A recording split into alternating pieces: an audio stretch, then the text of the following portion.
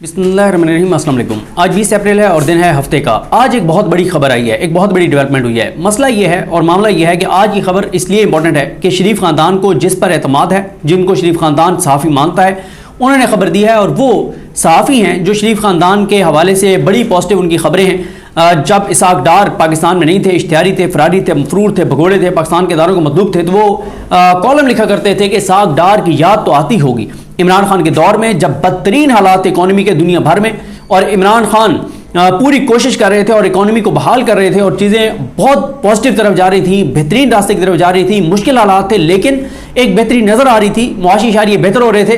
उस वक्त वो सहाफ़ी साहब जो हैं वो लिख रहे थे कि इसाक डार की याद तो आती होगी। इमरान खान को कह रहे थे कि अब इसाक डार की पाकिस्तान वालों को याद आती होगी कि इसाक डार ही इकॉनमी को संभाल सकता है। लेकिन फिर क्या हुआ?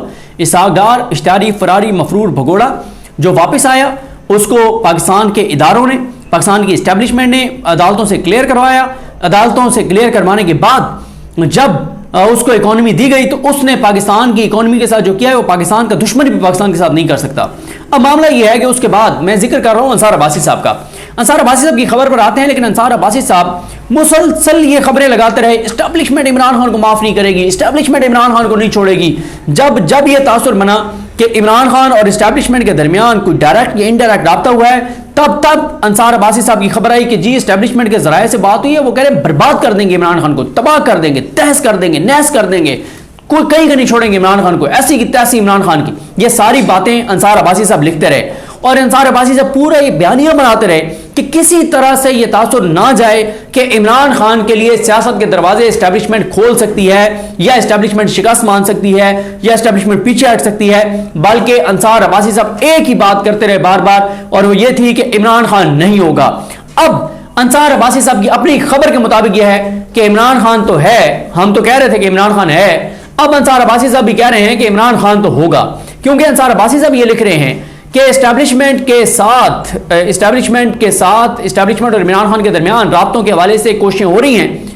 अब क्यों नहीं अंसार अब्बासी साहब ये बात कर रहे कि इस्टेब्लिशमेंट माफ नहीं करेगी इमरान खान को? अब क्यों नहीं लिख रहे कि 9 मई के ऊपर वो ये कर देंगे, वो कर देंगे? मसला ये है कि 8 फरवरी के बाद इमरान खान और तहरीक इंसाफ के साथ वो रवैया नहीं हो सकता जो 8 फरवरी से पहले था। वजह यह है कि आप इमरान खान के पास एक तो देनी पड़ी हुकूमत केपीके में। अच्छा, केपीके में हुकूमत क्यों देनी पड़ी? उसकी वजह यह है कि केपीके के लोग बहुत एग्रेसिव हैं और वो किसी भी हद तक चले जाते, इसलिए वहां पे इमरान खान को हुकूमत देनी पड़ी। पूरे पाकिस्तान में 2 अक्सरियत है इमरान खान की, लेकिन इमरान खान को हुकूमत नहीं दी गई, ना वफाकी हुकूमत दी गई, ना पंजाब हुकूमत दी गई। एक कब्जा करवा दिया गया घुसपैठियों का, चोरों, डाकुओं और लुटेरों का।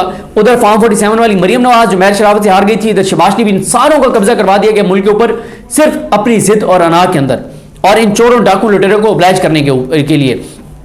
अब एक तरफ तो मियां साहब जो है वो मुसीबतों में घिरे हुए हैं, स्याह बादलों में घिरे हुए हैं, नहुसत के बादलों में घिरे हुए हैं। क्यों?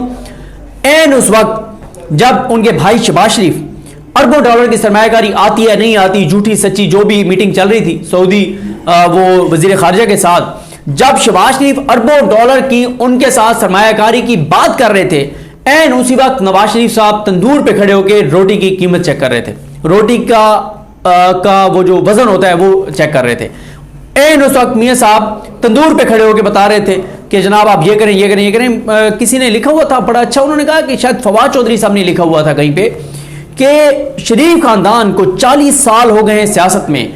ये 3 बार, या पता नहीं अमीर अब्बास साहब ने लिखा हुआ था या फवाद चौधरी साहब ने लिखा हुआ था कि 3 बार नवाज शरीफ प्राइम मिनिस्टर रहे, 2 बार वजीर आला रहे, वजीर खजाना रहे, इनके पास इक्तदार रहा। 40 साल से इसियासत में हैं, इक्तदार में रहे हैं, निकलते थे आते थे, इक्तदार में रहे हैं। 40 साल में सियासत और हुकूमत जिसमें शामिल है 2 बार की पंजाब की, और मतलब उसके बाद उनके भाई भी रहे, मतलब 40 साल में वो इक़्तिदार में आते रहे या कुछ देर के लिए बाहर जाते रहे और फिर दोबारा आते रहे। 40 साल में शरीफ खानदान ऐसा मैकेनिज्म नहीं बना सका कि कोई ऐसा सिस्टम हो कि इनको जाकर रोटी की कीमत चेक ना करनी पड़े, ये एक ऑर्डर करें और नीचे रोटी की कीमत इंप्लीमेंट हो जाए, जो कि झूठी बात है। कोई इंप्लीमेंटेशन नहीं हो रही, जबरदस्ती ये सारा कुछ करवा रहे हैं और महंगी गंदों में, और उनको कह रहे हैं सस्ती रोटी बेचो। ऐसा नहीं हो सकता, बंदूक की नोक पे ये चीजें नहीं हो सकती। अगर एक तंदूर वाला बेचारा जो है उसको आटा ही महंगा मिल रहा है तो वो कैसे सस्ती रोटी दे सकता है? आप अपने ड्रामों के लिए आपने अपनी पूरी ब्यूरोक्रेसी को उनको ऊपर छोड़ दिया है, जुर्माने करने, वो आप जो मर्जी कर लेंगे आप नहीं कर सकते, क्योंकि कौन है जो महंगा आटा लेके और सस्ती रोटी बेचेगा। खैर, میاں صاحب جو ہے ان بیچاروں کی حالت یہ ہے کہ جب بھائی ادھر بیٹھ کے پشاور پرائم منسٹر اتنی بڑی میٹنگ اٹینڈ کر رہا تھا، وہ تندور پہ کھڑے ہوئے تھے، کسی چھوٹے سے علاقے کے تندور کے اوپر کھڑے ہوئے تھے، تو ظاہر ہے پھر آپ کو پریشانی تو ہوتی ہے. اس سے بڑا آپ کے لیے کیا مطلب آپ کے لیے پستی ہو سکتی ہے کہ آپ تندور پہ روٹیوں کی قیمتیں چیک کرتے پھر رہے ہیں اور جھوٹی خبریں چلواتے پھر رہے ہیں کہ جی روٹی سستی ہو گئی ہے.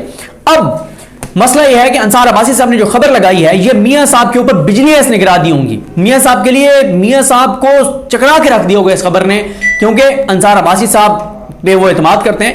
انصار عباسی صاحب شریف خاندان کے حوالے سے بہت پازیٹیو خبریں دیتے رہے ہیں اور بہت زبردست خبریں شریف خاندان کے حوالے سے دیتے رہے ہیں. عمران خان کے خلاف اتنی جھوٹی خبریں انصار عباسی صاحب دیتے رہے ہیں کہ ٹاپ 10 اگر آپ بنائیں جنہوں نے سب سے زیادہ عمران خان کے خلاف جھوٹی خبریں دی ہیں اسٹیبلشمنٹ کے کہنے پہ، اس میں انصار عباسی صاحب شامل ہیں. اب انصار عباسی صاحب کی خبر کیا ہے؟ اس میں 4-5 پوائنٹ بہت امپورٹنٹ ہے. خبر ان کی یہ ہے کہ پاکستان کے خیر خواہوں کا ایک گروپ نہ صرف عمران خان اور ملٹری اسٹیبلشمنٹ کے درمیان بڑھتی کشیدگی کا معاملہ حل کرنے کے لیے حکمت عملی تیار کرنے کے لیے متحد ہو رہا ہے، بلکہ سیاسی جماعتوں سے کہہ رہا ہے کہ عوام اور ملک کی بہتری کے لیے ایک ساتھ مل بیٹھیں.